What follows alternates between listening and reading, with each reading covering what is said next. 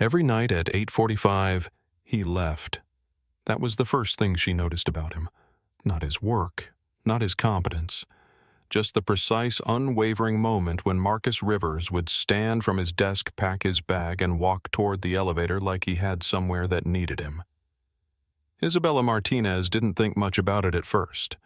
She had more important things to track. She was the CEO of Meridian Systems, a mid-sized technology company that kept hospital networks and logistics platforms running without anyone really noticing.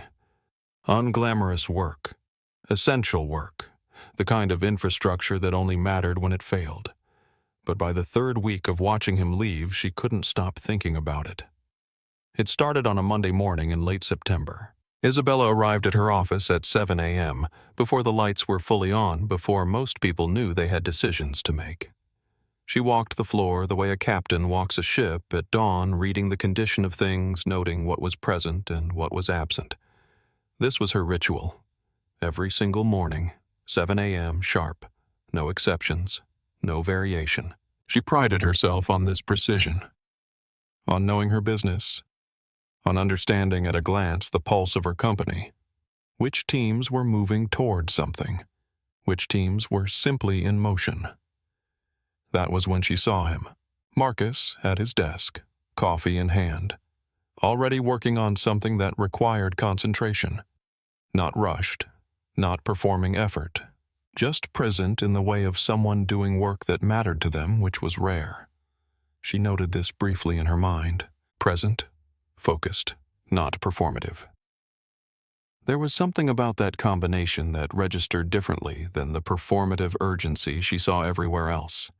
The people who wanted to be seen working hard, the people who had learned the outward signs of grinding and used them as cover. Marcus wasn't like that, but he was a Level 2 IT support technician. The category of role that sustained the daily operational reality of an organization through interventions so routine and unglamorous that they were noticed only in their absence. Printer configurations, network permission changes, internal software deployments, credential resets, help desk tickets from users who had forgotten passwords or couldn't get their monitors to talk to the doc. Isabella had learned long ago not to invest attention in people like that. But something about him lodged in her mind. Then she forgot about him until evening. At 6:30 p.m., Isabella walked past his desk during one of her rounds. He was still there.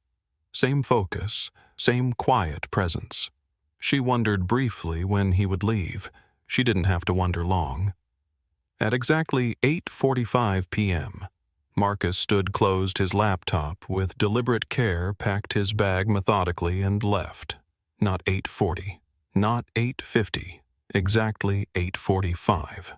The precision of it lodged in her mind like a splinter. She watched him walk to the elevator. She watched the doors close behind him. And then she was alone with the question. Who leaves at exactly 8:45? Isabella checked her phone.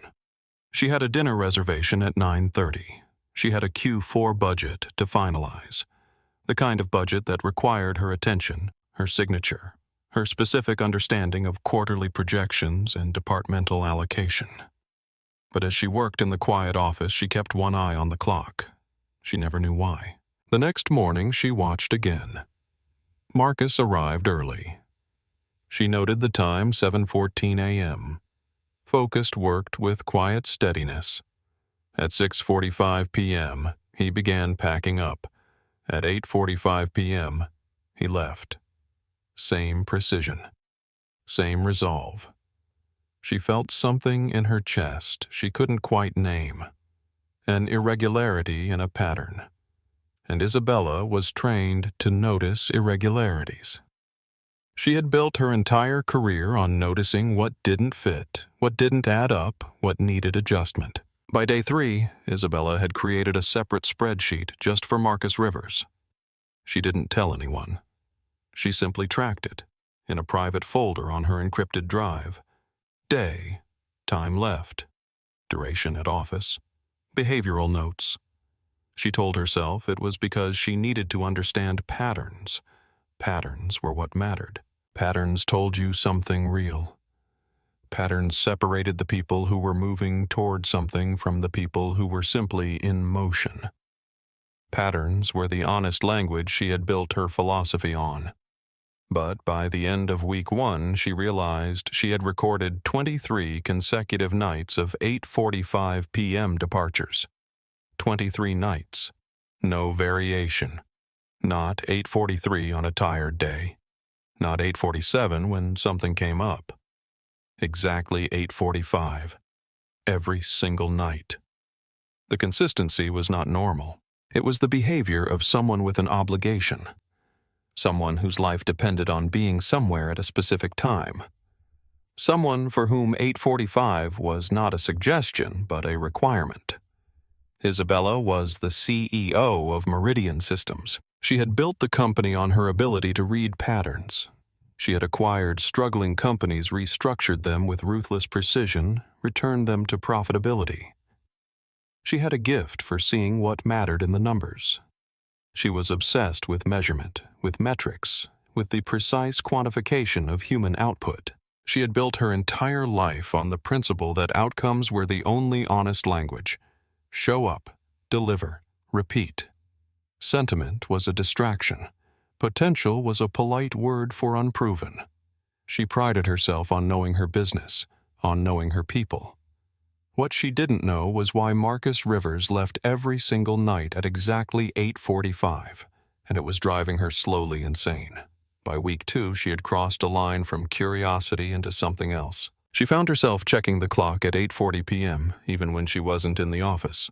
She was at dinner with her board members, talking about market expansion, and she was thinking about Marcus Rivers leaving precisely on schedule. She was at home in her apartment reviewing quarterly reports, and she kept one eye on the time. What was he doing right now? Where was he going? She refreshed the spreadsheet. She wondered what could be so important, so consistent, so precisely timed. Nothing in human behavior was this regular, unless something essential depended on it. She considered asking David Chen, the IT director, about Marcus. She didn't. She knew what the answer would sound like. She knew how to read the discomfort in people's eyes when they realized they were being asked about an employee's personal life. Privacy, boundaries, the careful professional distance that kept workplaces functioning without becoming intrusive. She had always respected those boundaries, until now. She considered deleting the spreadsheet. She didn't. On day 17, she stayed late specifically to watch Marcus leave. She positioned herself near the elevator, trying not to be obvious. She pretended to be working on her phone, but really she was watching his face, watching his movements, trying to read something in his behavior that would explain the precision. She saw him pack his bag with methodical care, the same way he did everything else. Not rushed, not panicked, just intentional. She saw him check his phone at 8:44, and then she watched his entire demeanor shift. Not toward urgency, toward something else. Toward resolve. Toward the kind of certainty that comes from knowing exactly where you need to be and why. From organizing your entire life around a single priority and being at peace with that choice. His face changed into an expression she had never seen on him before. Not at his desk, not in meetings. She realized with a shock that she had never really looked at him until that moment. Then he was gone. Isabella stood alone in the office, feeling something she couldn't quite name, a question, a gap in her understanding, something that didn't fit the spreadsheet, something that her metrics couldn't measure. By week 3, the weight of not knowing had become unbearable. She couldn't concentrate in meetings. She couldn't focus on strategic planning. All she could think about was Marcus Rivers and exactly 8:45, and what in a person's life could demand that kind of precision, that kind of sacrifice, that kind of unwavering commitment. She called David Chen into her office on a Tuesday morning pretending it was a routine performance review. She had his file open in front of her. She had his metrics displayed. She was the CEO, and she was reviewing staff performance. It was perfectly normal. Except it wasn't. She approached carefully. She didn't want him to know what she'd been tracking. David seemed surprised. He was the kind of director who didn't usually get called into the CEO's office. Isabella didn't waste time. "Where does Marcus rank among your team?" David shifted in his chair. His body language immediately changed. He sensed that this wasn't a routine performance review. 4 years with us. Solid technician, better than adequate with the legacy systems.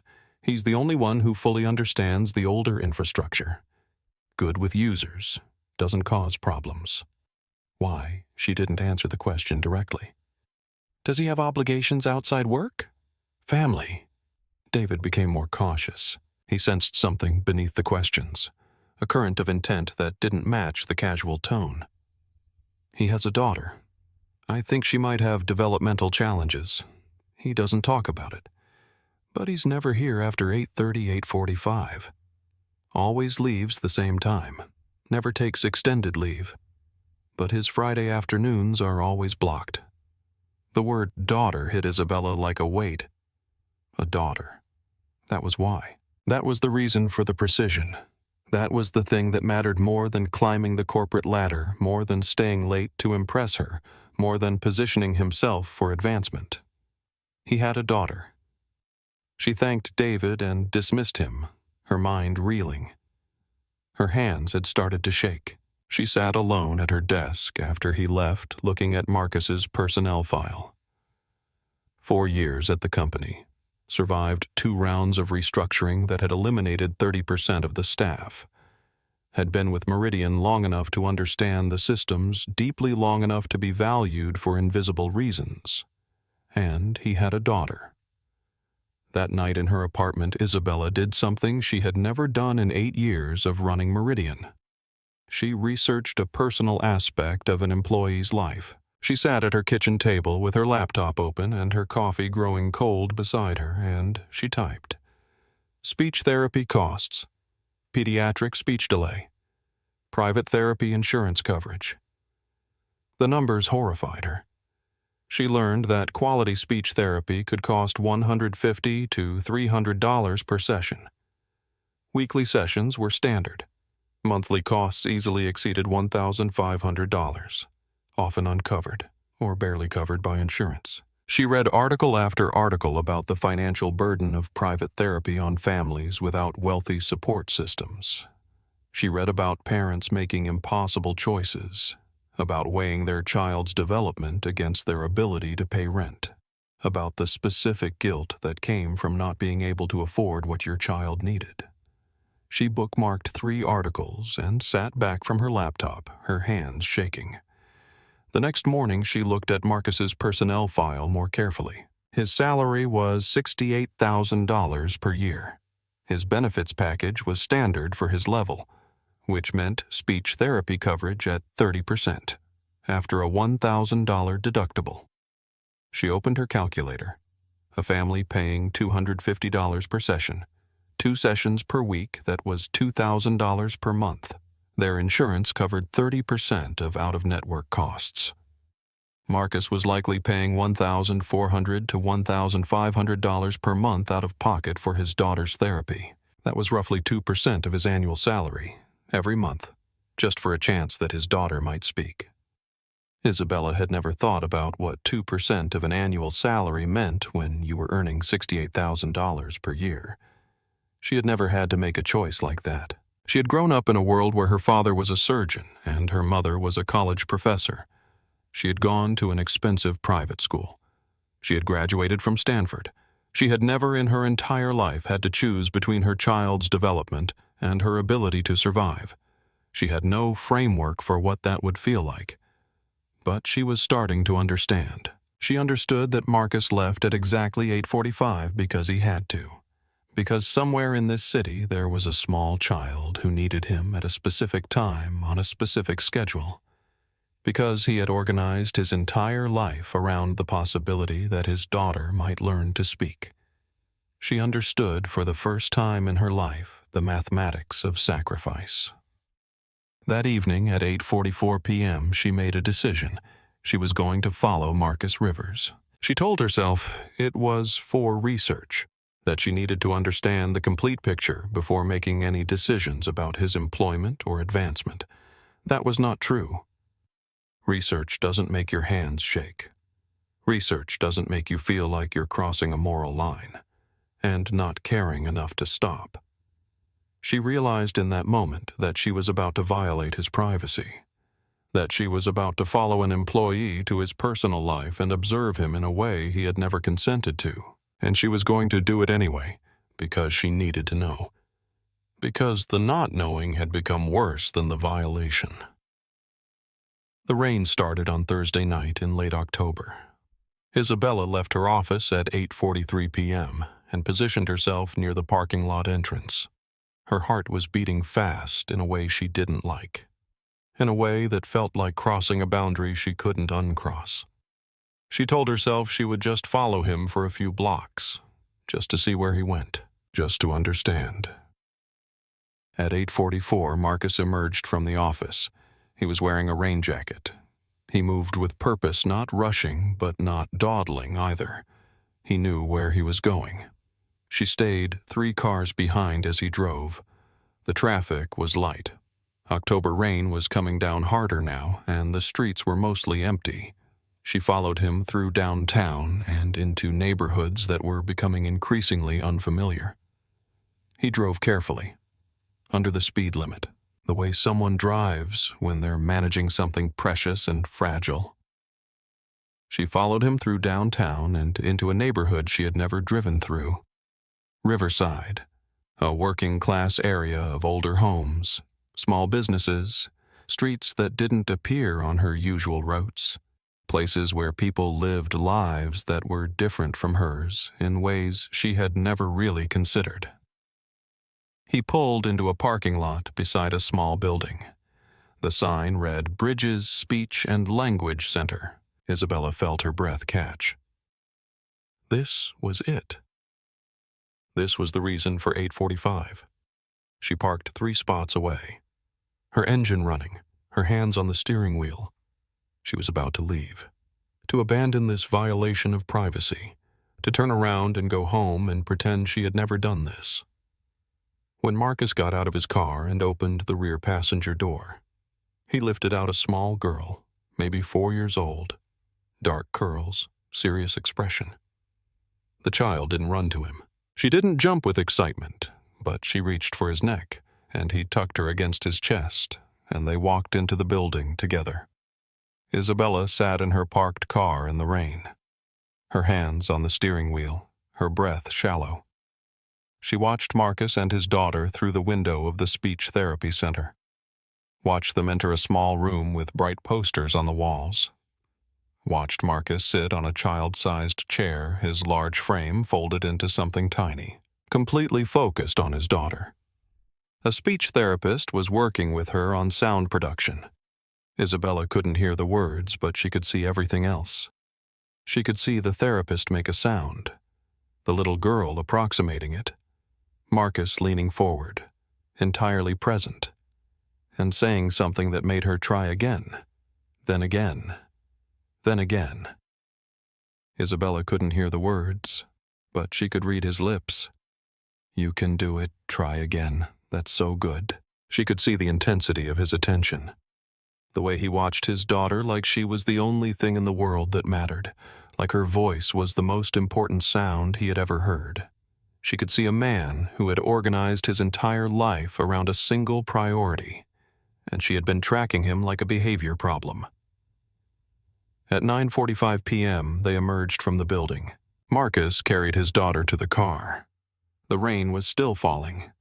He buckled her in, carefully checking the seatbelt twice. Then he got in the driver's seat and drove toward what Isabella assumed was home. Isabella sat alone in the parking lot in the rain. She understood in that moment that she had just seen something that her spreadsheets could never measure. She had seen a man whose entire life was organized around a single, unwavering priority. She had seen what was actually at 8:45. It was not an escape from work. It was not personal time. It was not leisure. It was love. Pure, structural, sacrificial love. And she had been tracking it like a behavior problem. She felt sick. By 3 a.m., she had looked up his daughter's name in the therapy center's directory on their website. Luna. She had learned that Luna had developmental speech delay, that she was 4 years old, that she had been in therapy for 14 months. She did the math again. 14 months of 8:45 departures, roughly 280 nights. 280 therapy sessions or preparation nights or research nights or nights when Marcus sat in his apartment and watched videos about speech therapy and practiced techniques with his daughter. 280 nights of his life, organized around his daughter's future. Isabella got out of bed at 4 a.m. and revised her spreadsheet. She changed Marcus's row from pale yellow to invisible.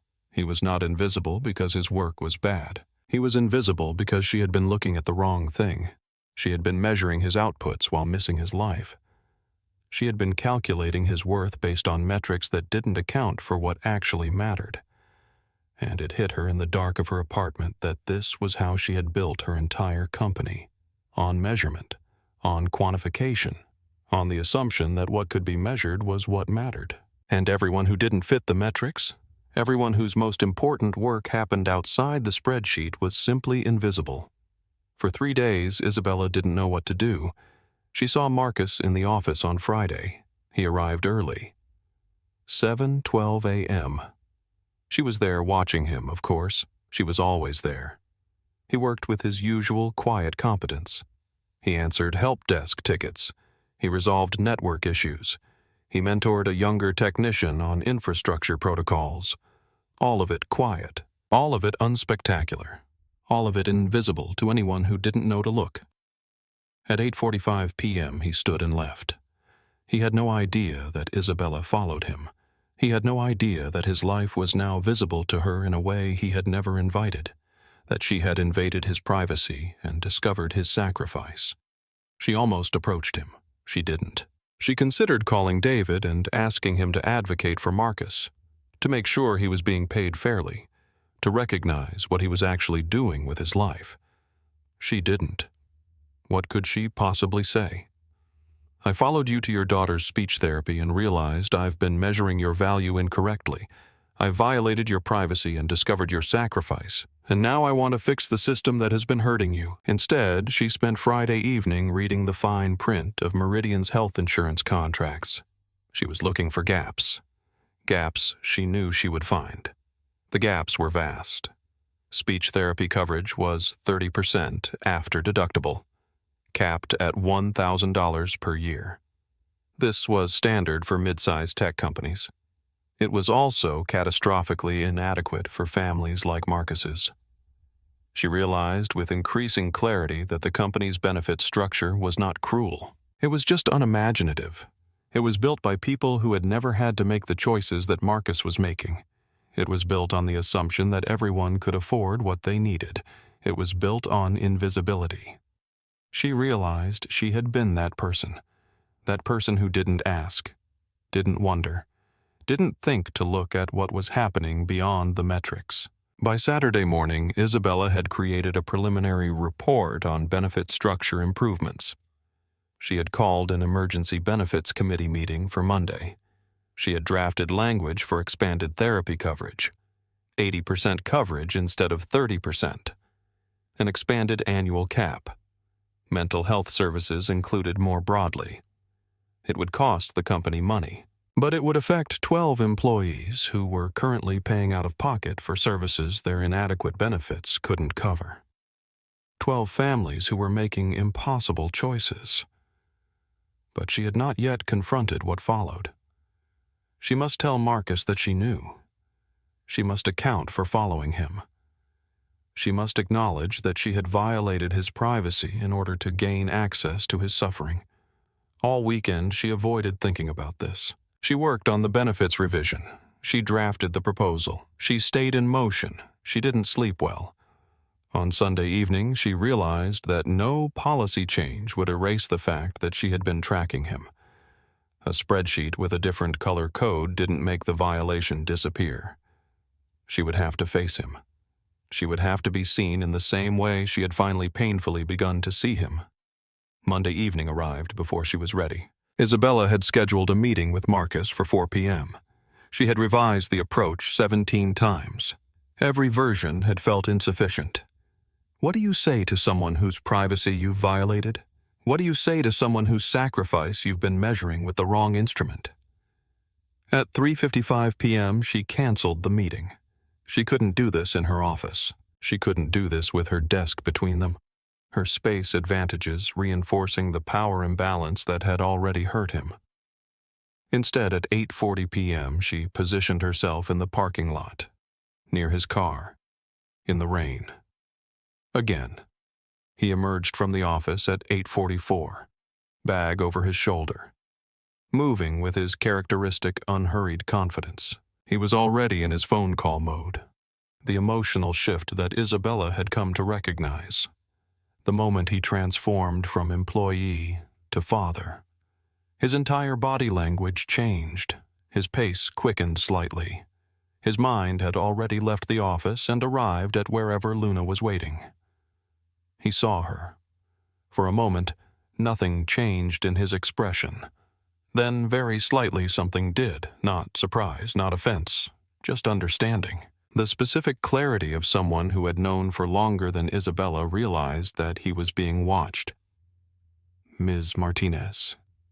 His voice was level, not angry, not defensive, just a question mark dressed up as a greeting. Isabella's carefully prepared words evaporated. "I was heading to my car," she said it. The lie tasted like copper. Marcus didn't move. "To the Bridges Center." Marcus said it quietly. It was not a question. He had known. For how long, Isabella wanted to know. Had he known she was following him? Isabella couldn't speak.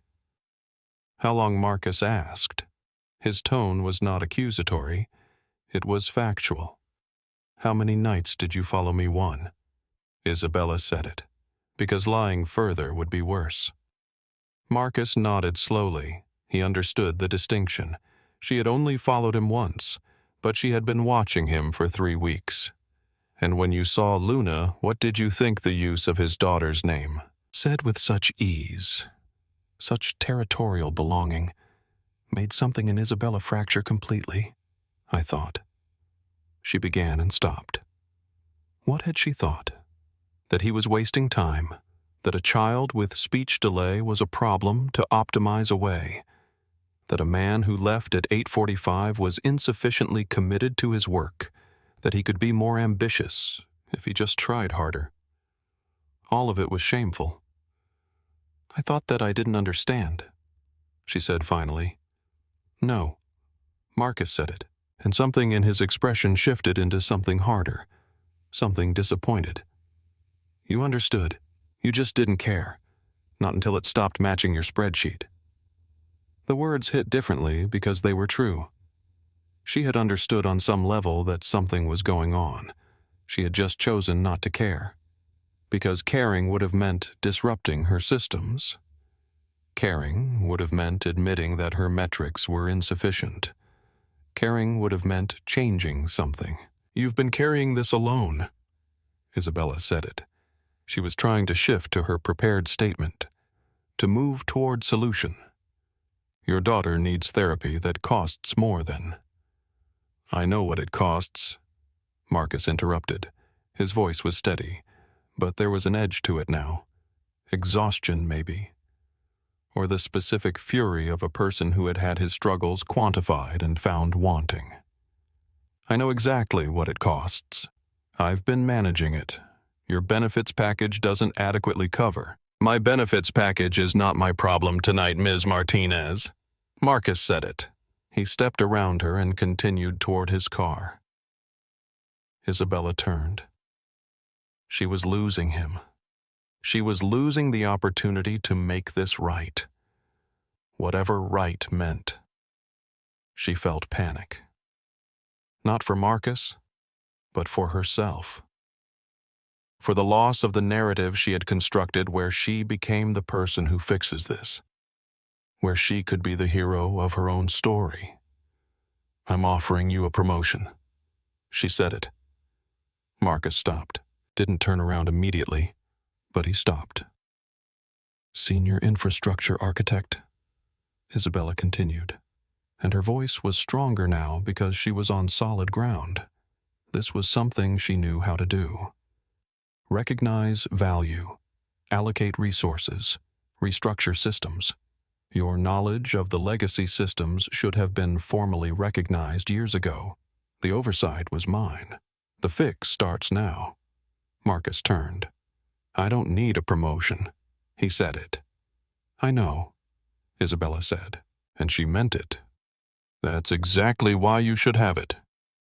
There was a long pause. Rain fell between them. "The title change comes with a salary increase," Isabella continued. 40%, effective immediately, but also. She paused, because what she was about to say was not in any corporate manual. "I'm revising the benefits coverage for mental health services. 80% instead of 30. It won't be an exception, it will be policy. For you and 11 other employees who have been paying out of pocket for services this company should have covered." Marcus's expression didn't change, but something in his eyes did. Something shifted from defensiveness to recognition. "That's good," he said finally. "That's the right thing to do." "Will you take the promotion?" Isabella asked. "Yes," he said it. "Not because I need it, but because Luna needs to grow up knowing that good people can recognize their mistakes and fix them. Quiet fix. No drama, just fix."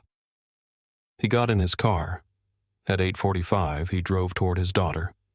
Isabella stood in the rain for a long time after his taillights disappeared. Her shoes were soaked. Her coat was soaked. She was shaking, but she wasn't sure if it was from the cold or from the weight of what had just happened. She understood that being told she was wrong was not the same as being made better.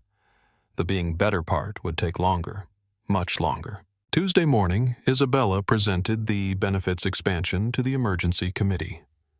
She had prepared a presentation. She had prepared talking points. She had prepared responses to every possible objection. There was resistance, cost concerns, scope creep, precedent worries. What if other employees started demanding expanded coverage? What if this set a precedent they couldn't sustain? She overrode every objection. She had the authority. And more importantly, she had clarity. The revision passed. Effective immediately speech and behavioral therapy coverage expanded to 80%, with a $3,000 annual cap.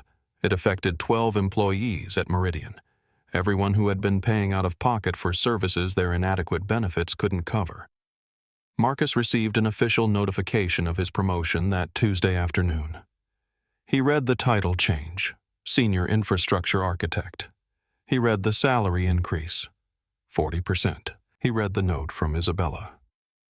"Your knowledge of the legacy systems has been an invisible structural asset for years.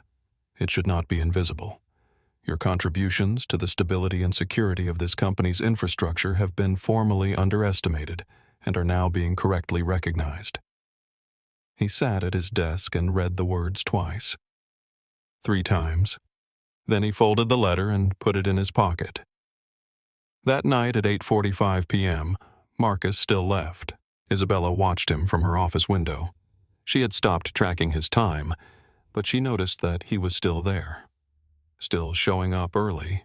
Still working with focus. Still leaving precisely at 8:45. Not because his schedule had changed, but because what mattered to him had always been worth that precision. She realized watching him walk to his car that his life hadn't changed fundamentally. Luna still had the same speech delay. Luna still needed therapy. Marcus still had to be there at 8:45. But now maybe it wouldn't cost him everything. Wednesday, Marcus stopped by Isabella's office. She was reviewing quarterly projections, but she looked up immediately when she saw him. "Thank you." He said it simply. For the recognition. For the policy change. For understanding that this matters. Isabella wanted to say she was sorry. She wanted to acknowledge the violation. She wanted to ask forgiveness. She didn't. She knew that the apology belonged to a moment that had already passed, that it would be self-centered, focused on her guilt rather than his experience. "How is Luna doing?" she asked instead. Marcus's expression shifted. Not much. A softening at the eyes. A slight ease in his shoulders. "She's making progress." He said it. Real progress. The therapist thinks she's close to a breakthrough. "I'm glad." Isabella said it, and she meant it as simply as it was said. No qualification, no explanation, just genuine. Marcus left. Isabella sat at her desk and realized she had just had an actual conversation with Marcus Rivers. Not about metrics, not about performance, but about a human being's actual life. It was the first conversation of its kind she had had with someone she employed, and it had been the most meaningful one. She wondered how many other people worked in her building whose lives she had not thought to ask about. How many invisible stories were happening in the hours after 8:45 p.m. How many children were being raised? How many people were managing crises? How many lives were being built in rooms she had never thought to look into? She spent the rest of the week in a state of productive questioning. She revised her spreadsheet. She removed the color coding system entirely. She replaced it with a format that tracked what she knew and deliberately left space for what she might not know yet. The space was not large. It was important. Every Friday afternoon, instead of attending optional meetings, she walked the floor at 4 p.m., not to track people's output, but simply to notice, to ask questions, to listen to actual answers, to begin to understand that there was a whole dimension of human life happening in her building that existed outside her metrics. She was not comfortable doing this. Comfort was not the goal. She was learning to measure differently. She learned that her IT director, David, had a mother with Alzheimer's, that he spent his Wednesday evenings in a care facility, reading to her even though she couldn't remember his name anymore. She learned that her marketing manager had been struggling with postpartum depression, that she came to work because it was the only place she felt competent anymore. She learned that her operations specialist was working a second job on nights and weekends because his daughter had medical expenses that insurance didn't cover. These people had always been there. Isabella had simply chosen finally to notice them. She had not become a different person. She had become a person correctly seen. By Marcus. By Luna through Marcus. By everyone she employed. 6 weeks later, on a Saturday morning in November, something happened that Marcus would remember for the rest of his life. He was making breakfast with Luna. Scrambled eggs, toast with butter, the ordinary ritual of a weekend morning that had become their tradition. Luna was wearing her favorite pajamas, the ones with rockets on them. The light was coming through the kitchen window a particular way. Early morning light, the kind that turned everything gold. Something inside her aligned with something outside her. Luna looked at her father. Really looked at him. With an expression of deep, particular focus, as if she had been preparing for this moment for her entire 4-year-old life. And she said the word. Not an approximation. Not a partial attempt. Not a sound that could be interpreted as an attempt at communication. A complete, clear, unmistakable word. Papa. Marcus felt the world stop. Everything else fell away. The scrambled eggs, the toast, the morning light, the rockets on her pajamas. There was nothing but that word, and his daughter's face, and the knowledge that she had spoken. Papa, Luna said again, satisfied, as if she had been holding this word in her body for 14 months and had finally gathered enough precision to deliver it to the one person it was meant for. Marcus pressed both hands over his face. He breathed. He couldn't speak. He couldn't do anything but stand in his kitchen and feel the full weight of what this word meant. The bridge had been built. His daughter could speak. The thing they had been working toward, piece by patient piece on ordinary evenings after work, was now real. He picked Luna up and held her. And he cried in the way that men cry when something they have been holding at a distance suddenly becomes completely irreversibly real. Luna patted his face, concerned. "Papa sad, no baby," Marcus said, his voice breaking. "Papa is very, very happy. He didn't tell anyone at work. The moment belonged to him and Luna, and he would not diminish it by bringing it into an office. Some things were too real for corporate documentation. But 3 weeks later, when he arrived at work on a Monday morning, there was a small drawing on his desk. It was from Luna. She had drawn 3 figures holding hands in front of a house, in thick crayons, blue, orange, green. And in the center, a smaller figure with an arrow pointing up, a speech bubble emerging from her mouth. At the bottom, in careful letters that Marcus must have guided, were 2 words. "I speak." Marcus picked up the drawing. His hands were steady, but his eyes were not. He walked to Isabella's office without thinking about whether he should knock. She looked up from her desk, saw the drawing, understood immediately. "She did it," Isabella said. "She did," Marcus confirmed. Isabella stood and walked around her desk and looked at the drawing like it was a technical specification worth understanding. Every detail mattered. The 3 figures, the house, the speech bubble, the words written at the bottom in a child's careful attempt. The handwriting is hers. "She did most of it," Marcus said. "I guided her hand for the letters." Isabella nodded. "I speak." She read it aloud. "That's extraordinary." Marcus nodded. "It's the thing we've been working toward. 14 months, and now she can." Isabella didn't offer congratulations. Those felt insufficient. Instead, she said, "May I keep this? I would like to frame it." Marcus hesitated for only a moment. Then, "Yes, I think that's appropriate." That afternoon, Isabella hung the drawing in a frame behind her desk. Not in a corner. Not as decoration. In the place where she would see it every morning when she arrived at 7 a.m., and every evening when she sat at her desk before leaving. 3 figures holding hands. A child who learned to speak. Proof that measurement was wrong, that systems mattered, that individual recognition could lead to structural change. Every morning, Isabella stood and looked at those 3 figures, and she thought about measurement. She thought about what mattered. She thought about the people in her building living lives she hadn't thought to ask about. She kept asking. By spring, Luna had moved beyond single words to short phrases. More eggs. Daddy up. I want. The syntax of a child discovering that the world would listen if she spoke to it. By summer, she had sentences.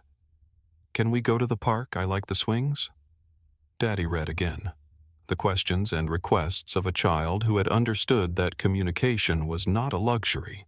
It was the bridge between her interior world and everything outside it. By fall, Luna asked rapid-fire questions. Why is the sky blue? Do birds sleep? Will you always be my daddy? Marcus answered every one without impatience, without tiring. He answered them because he had organized his entire life around the understanding that her questions mattered, that her voice mattered, that the precise 8:45 departure was not a burden but a privilege. At Meridian Systems, the benefits expansion had taken hold. The expanded therapy coverage meant that 12 families were no longer choosing between their child's speech development and their financial stability. The invisible weight that Marcus had been carrying was now distributed through a system that could actually bear it. Marcus had moved into his role as senior infrastructure architect. He documented the legacy systems with a thoroughness that became, within 2 quarters, the department's most valuable technical resource. Engineers who had been struggling to understand the older infrastructure layers could now reference his documentation. He mentored junior engineers with patience, not because he was naturally patient, but because he remembered what it felt like to work without guidance, to be in a hard problem alone, to have to figure it out by yourself in the hours when no one was watching. Isabella continued her Friday afternoon walks. She had learned the names of people who worked in her building. She had asked about their lives. She had discovered that her operations specialist was saving money for his daughter's college fund while working a second job nights. That her marketing manager had been struggling with postpartum depression but was slowly finding her way back. That her IT director spent every Wednesday evening in a care facility with a mother who didn't know his name anymore but who seemed somehow to know his presence. These people had always been there. Isabella had simply chosen, finally, to notice them. She had not become a different person. She had become a person correctly seen. By Marcus, by Luna through Marcus, by everyone she employed. One evening in October, exactly 1 year after she followed Marcus to the Bridges Speech and Language Center, Isabella was still in her office at 8:40 p.m. She watched Marcus pack his bag. She watched him check his phone at 8:44. She watched his face transform into the expression of someone whose life was correct. At 8:45 he left. Isabella didn't follow. She never followed again after that first night, after the parking lot confrontation made continued surveillance impossible, inappropriate, and unnecessary. Instead, she walked to her window and watched his car exit the parking lot. She understood after a full year of conscious attention that what Marcus was doing was the thing that actually mattered. Not the metrics, not the output, not the quarterly projections. A man returning to his daughter, returning to the work that started in her body, continued in her mind, and would extend throughout her life. That night, Isabella revised her company's strategic goals.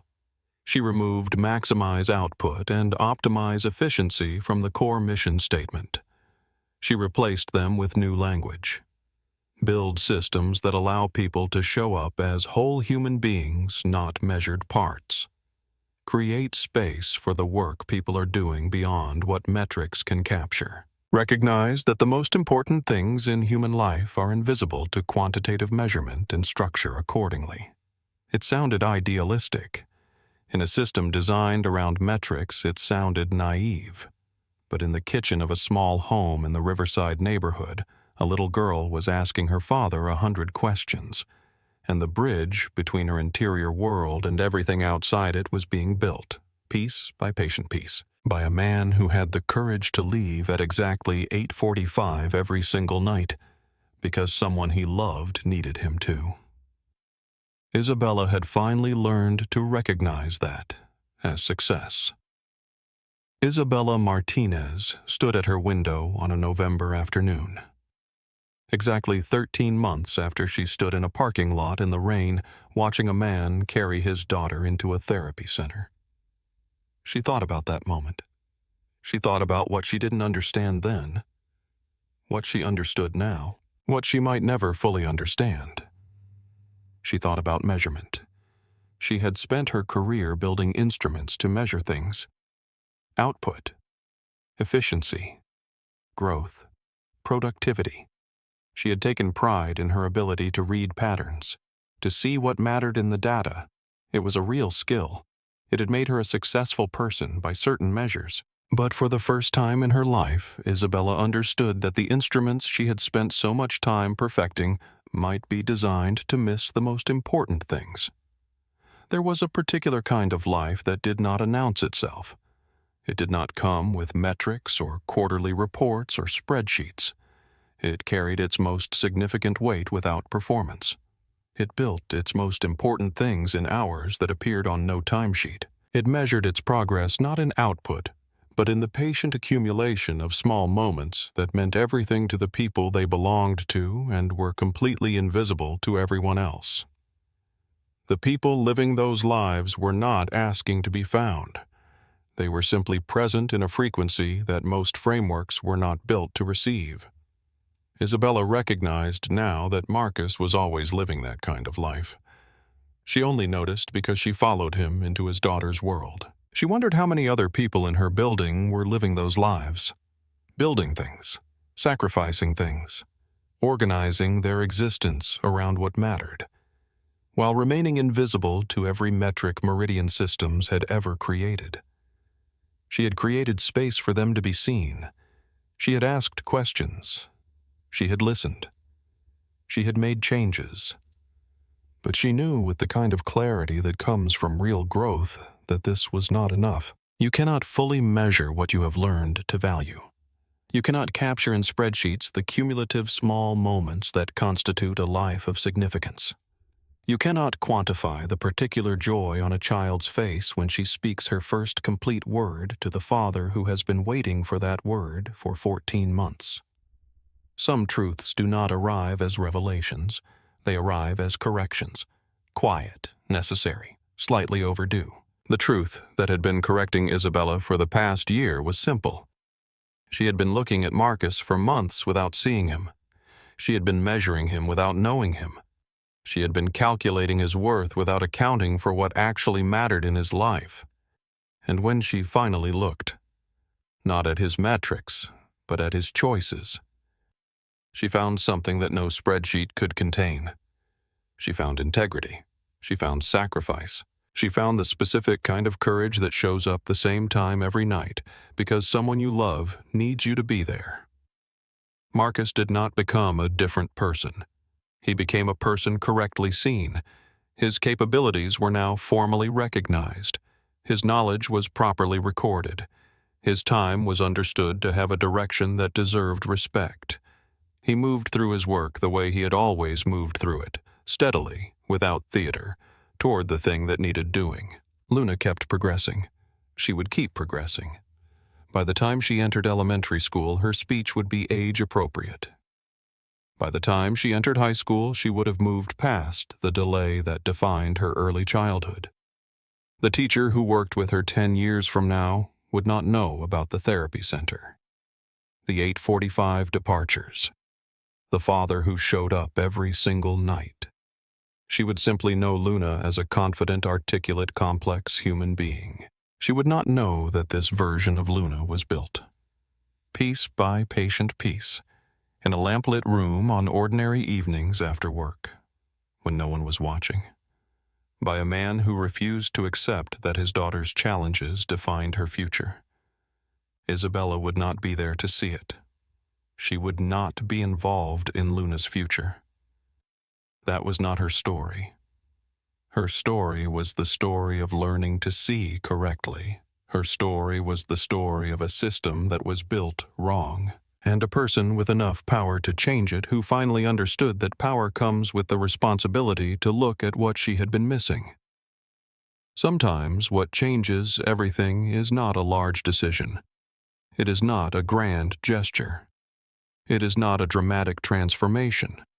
It is 17 minutes, the time it takes to drive 4 blocks in light traffic, the time it takes to stand at a window in the rain and understand that the story you were telling about someone was not the story they were living, the time it takes to have everything you were certain about quietly, permanently rearranged. It is also the time it takes to recognize a man for who he actually is. The time it takes to hear a child speak her first complete word and understand that sacrifice has been justified. The time it takes to change a system so that 12 families no longer have to choose between their child's development and their financial survival. The time it takes to look at your own life and understand that you have been measuring the wrong things. Isabella spent the rest of her career trying to build frameworks that could receive more. She did not always succeed. The habits of precise, quantitative thinking were durable. The tendency to reduce a person to their measurable output was built into most structures that organizations ran on. But she kept the question active. She kept it honest. What is happening in the lives of the people in this building that I don't know about? She would not know all of it. It was not hers to know. But the question changed what she noticed. It changed what she thought to offer and what she thought to protect. It changed the temperature of the room in ways that mattered to the people working in it. And in a small home in the Riverside neighborhood, a man continued to show up for his daughter. He answered her questions without impatience, without tiring, because each question was proof of something they built together, a bridge between her interior world and everything outside it. Constructed piece by patient piece on ordinary evenings after work. The woman who learned to see him correctly stood at her window on Friday afternoons and asked the question she finally learned to ask. What is happening here that I'm still missing? Because it was always possible to see more deeply. It was always possible to measure differently. It was always possible to learn that what you thought mattered was actually incomplete. Sometimes what changes everything is not a discovery, it is a correction. Quiet, necessary, and finally clearly seen.